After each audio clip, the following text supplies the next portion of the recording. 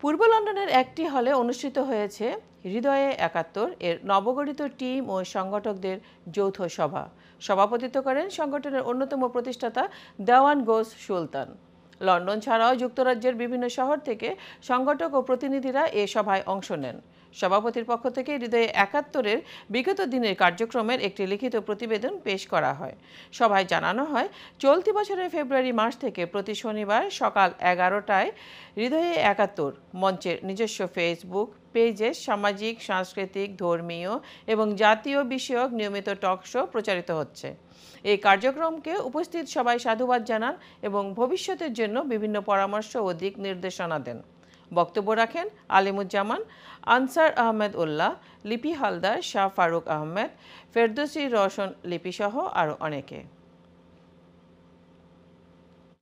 কথা হচ্ছে বাঙালি জাতীয়তাবাদের ভিত্তিতে মুক্তিযুদ্ধকে নিয়ে আমরা গণতান্ত্রিক অসাম্প্রদায়িক বাংলাদেশ সৃষ্টির যে প্রয়াস, সেই প্রয়াসের সাথে আমরা যুক্ত থাকছি।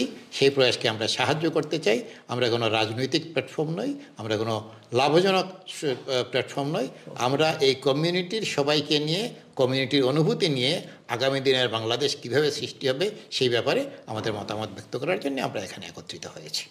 হৃদয় ৭১ এই সংগঠনের পক্ষ থেকে আজকে যে সভা হলো, সবাই আমরা বিভিন্ন কর্মসূচি আমরা নিয়েছি।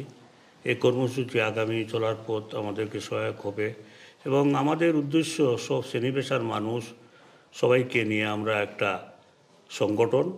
এই সংগঠনে আমরা চাই বাংলাদেশের স্বাধীনতা, মুক্তিযুদ্ধের চেতনা, একটা অসাম্প্রদায়িক বাংলাদেশ যাতে সৃষ্টি হয়, সেই পথ ধরেই আমরা চলছি। সদস্যবৃন্দ উপস্থিত হয়েছেন।